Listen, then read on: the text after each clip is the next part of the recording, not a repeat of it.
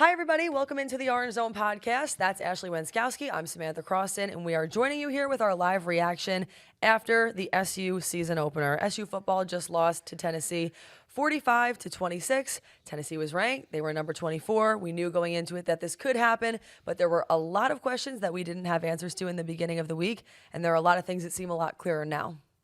Yes. Hello. Syracuse football, not really ready for the bright lights of Atlanta, not really ready for the bright lights of SEC or top 25 play. Syracuse, obviously, 45-26, like you said, does not cover the spread, loses pretty handily. There was really no point in this game other than maybe one spot here or there where you felt like they could come out with it. SU it was a pretty good drubbing down in Atlanta. It was a drubbing. Steve Angeli goes 23 for 40, 274 yards, 1 touchdown, 1 interception that I'm just going to come out and say was not really his fault. That tipped ball, that was sort of a freak play. Joey Aguilar for the Vols goes 16 for 28, 247 yards, 3 touchdowns. We are going to get into some of our broader takeaways, but basically Syracuse did not play good enough, right? We know this is a young team. We know that this is an inexperienced team. We know that this is a team with a lot of new pieces headed into this season. And quite frankly, they did not look particularly ready to play football today. Like, there is a talent disparity. There is a size disparity against teams in the SEC, Tennessee among them. But Syracuse, especially in the first, second quarter of that game, did not look particularly ready for kickoff. Yeah, the good news about these sort of live reactions, and I think the format we're likely going to end up going with, is a format where we take you through the game, tell you some of our takeaways, and then have a broader discussion. Me and Ashley were here today. We were watching the game actually here at the station, so we were able to take down some notes, do some sort of live typing, and I think it's going to work well. Syracuse to start, they go down 10-0 to Tennessee after 3 drives, and I think that is the first time where you're looking at the TV and we're texting each other like we could be in for a long, tough college football game right now. And we, in fact, were, because the game went for 4 hours. And that's what happens when you give up 45 points. Syracuse falls down 10-0. And not only that, they did clean up the penalties later in the game. They only finished with 4 penalties, so that's not awful. But, oh, my God, the penalties on that first drive. That's why I say those first few drives, were we ready to play football today? Because on the first 3 drives, Syracuse has a pass interference call against Demetrius Samuel, an illegal shift that took away the first down conversion with Dan Villari catching that pass, and an offsides that obviously was trying to really just do everything you can to help the Tennessee offense, right? If Syracuse was going to come out and win this game, they had to play pretty flawlessly. They had to control the ball on both lines of scrimmage, and they kind of did anything but that, especially in that first half when you felt like Joey Aguilar hadn't fully made the connections with his receivers yet, right? There were some drop passes there, maybe some miscommunication. That's when Syracuse had to pounce and take advantage of that, and they really did anything but that. Still in the first quarter, SU gets a gift on the fumble recovery from David Reese. And then in Ashley's words, my God. I love when you say this, then coughs it back up the very next play. The very next play. David Reese goes out there, finds the football, right? Tennessee, a rare miscue, fumble recovery. Steve Angeli gets up there, absolutely just loses the football. Colton Hood for Tennessee, who had a great game, scoops it up. He gets the scoops and score. All of a sudden, you blink your eyes. Syracuse felt like it had some momentum. It is 17-0. And here's the thing. We said earlier in the week that there's one thing that you sort of knew about this Syracuse football team, which is that you really couldn't get down by, let's call it, 3 scores, and think that there is really any realistic chance that against an SEC team, you're going to be able to make a comeback. Or honestly, I would even say anything over 2 scores, it is trouble. It is danger. 17-0. And in the danger zone. Yeah, and we saw Tennessee and Joey Aguilar, right? Let's give some credit to where credit is due. Obviously, Aguilar had a great year last year at App State, threw for over 3,000 yards. But this was a tryout game for him too, right? He went 16-28, 247 yards, 3 touchdowns. But he also ran a really fast, high-tempo offense. Like, it felt like Tennessee was just firing on all cylinders, out there, ready to go each and every play. And Syracuse, offense, I wouldn't say was the problem today, and we'll get into that in a moment, but especially in that first half, was not particularly ready. We were lining up slowly. We were getting delay of game penalties. Steve Angeli didn't know what the play call was. It looked like week 1 in the worst way. I mean, to say that there was an air of confusion would be an understatement. Everybody did not look on the same page. You could have been playing the Benny Hill music in the background and it would have made sense to put it there. It was confusing. I feel like people were doing 360s and they're still in the wrong place. Yeah. Like, what was going on? The receivers are looking around and Jelly's looking to the Miscues, sideline. We got to totally. call a couple timeouts because we don't know what the play is. I mean, you obviously are going to see some of that in week 1, but there was a lot of that. There was a lack of confidence, and I heard one of the broadcasters in that game say something like Fran Brown's role, or what Fran Brown told the broadcasters that his role was in this game, was to calm the players down, and they actually showed a replay of him at one point on the sidelines looking at somebody on the field and going like this. Yeah. Essentially saying, take a deep breath here. And they said that the reason why Fran Brown felt that way, as opposed to maybe the high energy version of him that you saw last year, is because he said, whereas on last year's team, there were stronger leaders and there were some players out there who appeared to be coaches or acted like a coach, they didn't have that this year. And so he needs to be that calming presence. Yep. That was obvious to me today. Everybody has said this whole time how Steve Angeli has had this, aura about him that is cool, calm, and collected. They show a lot of replays and cutaways of his face, and I actually don't know that I would necessarily describe it that way. He did look a little bit frazzled. He looked like he couldn't hear, and that might not have been exactly his fault, or there's some sort of a technical issue there, but he looked very confused, quite honestly. And bottom line, it's his second career start, right? Obviously, you went with in terms of what Syracuse had, you went with the proven choice, the guy who has started, the guy who had played a little bit at Notre Dame. But it's the guy's second career start, right? He doesn't have much starting experience, and we saw some of that today. So then in the second quarter, Yassine Willis finally makes it 17-7. Syracuse gets on the board. Willis had a really great day, 3 touchdowns, and I think one of the more positive takeaways, if you are a Syracuse fan, is that Willis certainly looks like he could be a formidable replacement for LaQuint Allen and have a really breakout, standout sophomore season. So that, if you're an SU fan grasping at straws for a bright spot, there's your bright spot, Yassine Willis. Yeah, I mean, he was like a LaQuint Allen Jr. out there. And this guy was just a dog. Like, there were times where I felt like it should have been a 1 or a 2 yard rush. Yeah. And it's like 7, 8, 9 yards. Like, he was trucking through people. And that's what LaQuint Allen did. Yep. Yeah, I feel confident in Willis. And honestly, I feel confident in the fact that not only is Syracuse going to need to have a more, balanced offense this year with utilizing that run game, right? You don't have Kyle McCord anymore. You're not going to lead the nation in passing yards, all things considered, especially after what we saw today.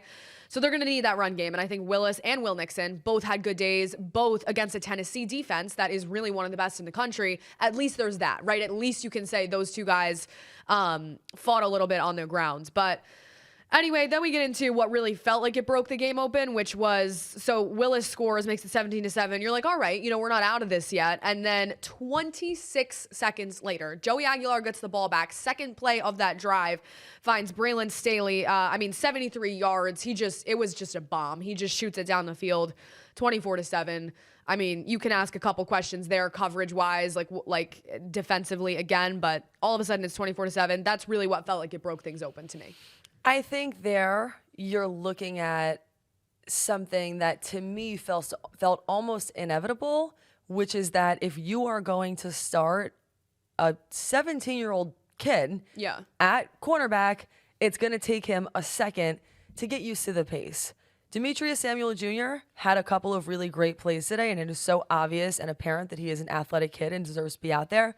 He got outplayed on that play. Yep. He got outplayed straight up. He got blown up a couple times. You saw him kind of twirl around and just honestly lose his spot. So. Yeah, and listen, teammates were there, try to console him. I think that's one of those things where even a couple games down the line, you're going to see a different version of this kid, but it took him a second to catch up.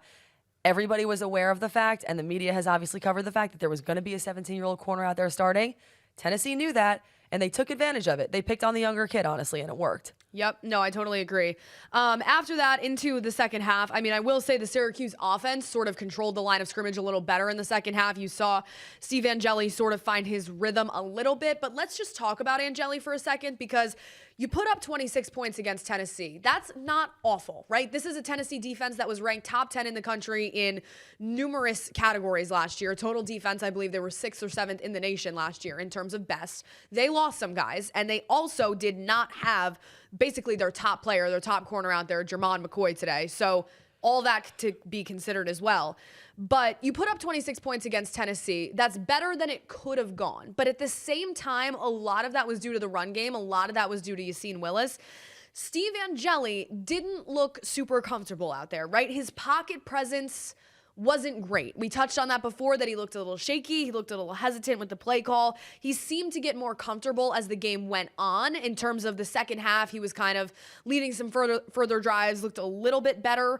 But, I mean, there were some times he had like a few lob balls that weren't even really like tight spirals. He flat out missed a few throws. And he also, kind of in the pocket, I think raises some question marks, right? The performance I saw from Steve Angeli today is not enough for me right now to sit here and say that I 100% think he is going to be the bona fide starter for the rest of the season. He didn't do enough to lose the job. He didn't do enough for Fran Brown to make a change. And I didn't honestly think that Fran Brown was going to make a change in game one, no matter what happens. He did put 26 points on the board.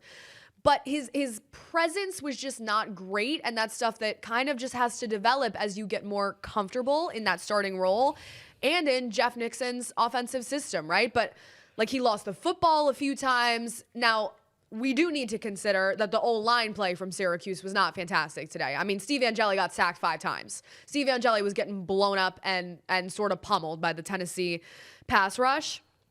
However, he was also fumbling the football, and when he was getting blown up, where's the football? All of a sudden, they recover it, turnover. Yeah, bingo. That's going to be the issue here. Is I think with Steve Angeli, you hit the nail on the head when you say he didn't do enough to lose it, but he didn't do enough to keep it either.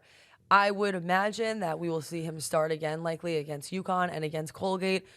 But what about after that? Yeah. That is when you're going to find out what this kid is really made of. Clemson on the road after that? Come on, against the tougher opponents, we're going to need to see a little bit more than that. And her and I were even just talking in the office before. You know, one thing about Collins, when you look at a game like this, Ashley had mentioned something to me saying that it felt like Tennessee sort of knew who Syracuse's targets were going to be. That Syracuse doesn't necessarily have the same level of versatility that they did last year. Maybe not quite as many tools in that toolbox. At least not yet. At least not yet.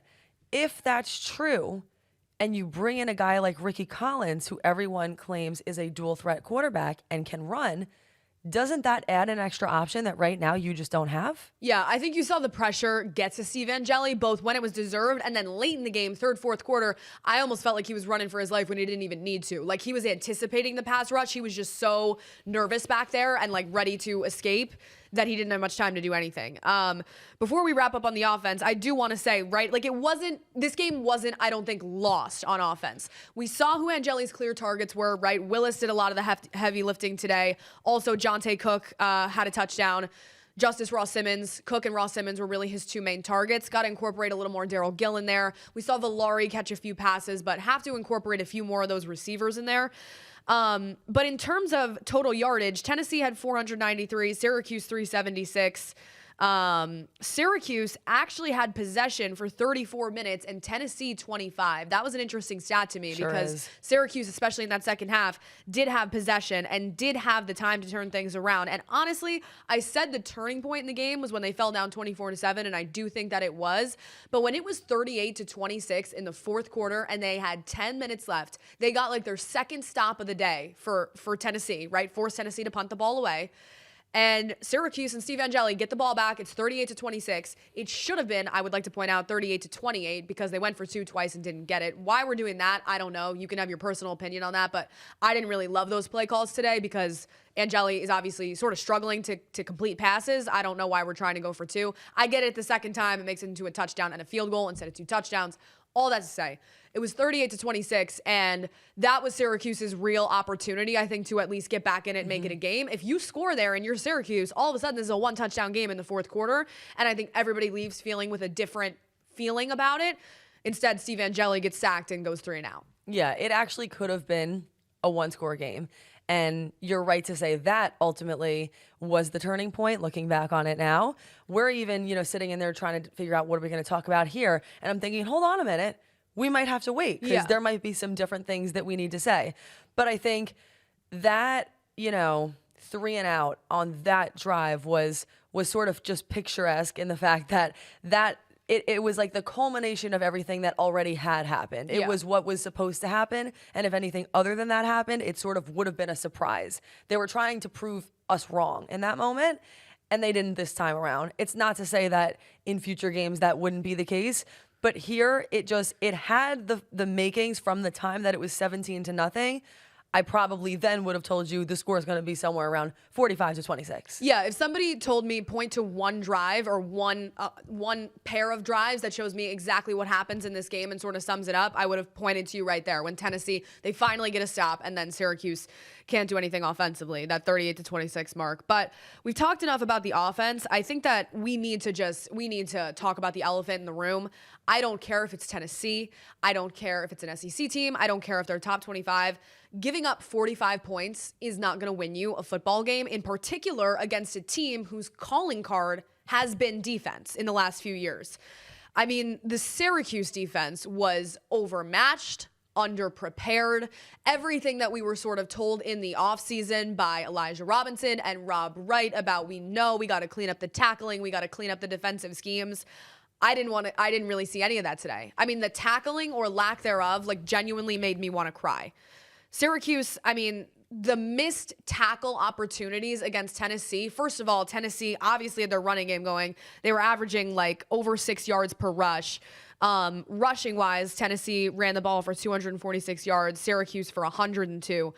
Like, that's a big difference there. That's a big difference. Tennessee had their way on the ground, and you kind of knew going into this game that if that happened, Syracuse was going to lose.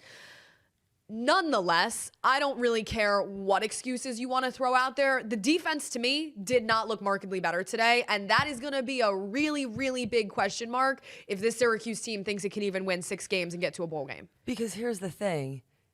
If the defense has not significantly improved up to this point, who at this table and beyond is really thinking that it is going to substantially improve by week 2 or week 3 or particularly week 4?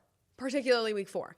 What I'm going to say is that all offseason, Rob Wright and the defensive staff for Syracuse football have been, we got to clean up the tackling, we got to do this, we got to do that. I didn't see that today, right? You had a countdown in your building all offseason long to mark when the Tennessee game was coming up, right? It was at like 100-something days after the spring game. It doesn't look like you had a whole offseason to prepare for what you needed to prepare for here. And I think that we need to see some of this stuff cleaned up, right? I mean, it's not a lie to say that they're young on defense, right? No more Justin Barron, no more Marlo Wax, no more Elijah Clark. You are looking to some younger guys to fill those roles.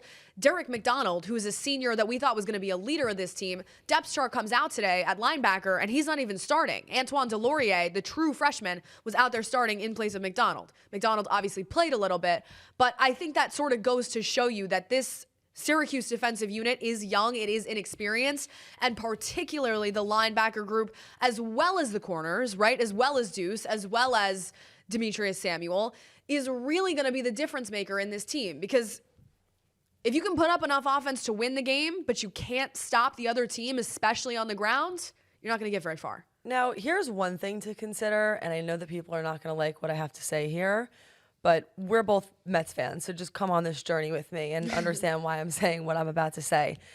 The good news, I guess, is that if you really do have a young core here, and Fran Brown is the kind of guy who can hold on to these players, and Syracuse is in a good space with NIL and can hold on to these players, then maybe 2 years from now and 3 years from now, you are having this really, really electric team that has this core group of people that have been together for a long time.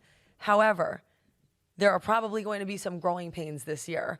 I'm looking back through the games last year, from the 10-win season. I am not seeing one game where Syracuse allowed 45 points, not one. Yeah. It's going to be a different kind of year this year. And the defense, I think, was the biggest question going into it. It's not even just against Tennessee. You're just not going to win that many football games in general when you allow 45 points. 26 points, putting up 26 points, that is enough to win in some football games, in some circles. Yeah. Giving up 45 points, and what you said, the stat about the time of possession, that's where I think it really matters here. Because you're telling me that number 24 Tennessee had the ball for less time, made much more out of it. Yeah. that's a problem. Took advantage of their opportunities, right? And Syracuse not only did not do enough to take advantage of their opportunities on offense, did not do enough of the very few things that Tennessee had to clean up at the beginning of the game, they also just could not stop the run. And that's going to be the question for this team all year long. If Steve Angeli, we'll see as we get into Clemson and Duke and more deeper into conference play, right? I'm not ready to, after say Angeli goes out there and has stellar performances against UConn and Colgate, I'm not ready to get back on the hype train. I need to see you do some things against formidable conference opponents, and Lord knows you have enough of them this year. But if Angeli does enough to keep you in the game and win the game in most games, it's going to come down to the defense. It's going to come down to Devin Grant, Tank Wilson. Then we see some injuries today. We see both of those guys go back to the tent, back to the locker room. Those are two starters defensively for Syracuse. So those are going to be two major losses. Obviously, we're going to wait to hear from Fran Brown. It's only 4:40 right now. We don't have information on those injuries yet, but I guess my culmination of this is going to be like Elijah Robinson has to show us the money, right? We talked about this coming into the year in our preview episodes about how Kyle McCord and that offense bailed you out of some bad spots last year, and that was against a bad schedule. With the best passing offense in the nation last year, you still had 3 losses. You still went 10-3, and that's great for Syracuse, and I understand that, but you still lost 3 games. And Kyle McCord bailed you out of some of the rest. If you don't have that this year, this defense not only has to be significantly better than it was last year. And based on what we saw today, I'm not really confidently ready to say that. The tackling. Listen, Devin Grant and Tank Wilson, that's going to be big, and we need to see what happens there. Hate to see that, especially for Tank, because last year he played in a couple of games to start the season, and then he had an injury that sidelined him all the way until the bowl game. So my heart honestly breaks for him, and I'm just hoping for the best for both of those guys. But yeah, what else is there to say? I think going into this game, you knew that there was a pretty solid chance that Syracuse wasn't going to win it, but that's not what upsets me. It's just that it didn't even feel particularly close. And I have news for you. If it's going to continue to be that cycle where teams are not only going out there and scoring, but scoring quickly, I think we should all be thinking about how that impacts the offense too. Yeah. Because that means that Steve Angeli has to go right back out there after taking a couple of really big hits, I might add. There were times where he was like limping after some of the sacks that he took, and he's right back out there. He's not getting as much rest time. The drives are going to be impacted by that.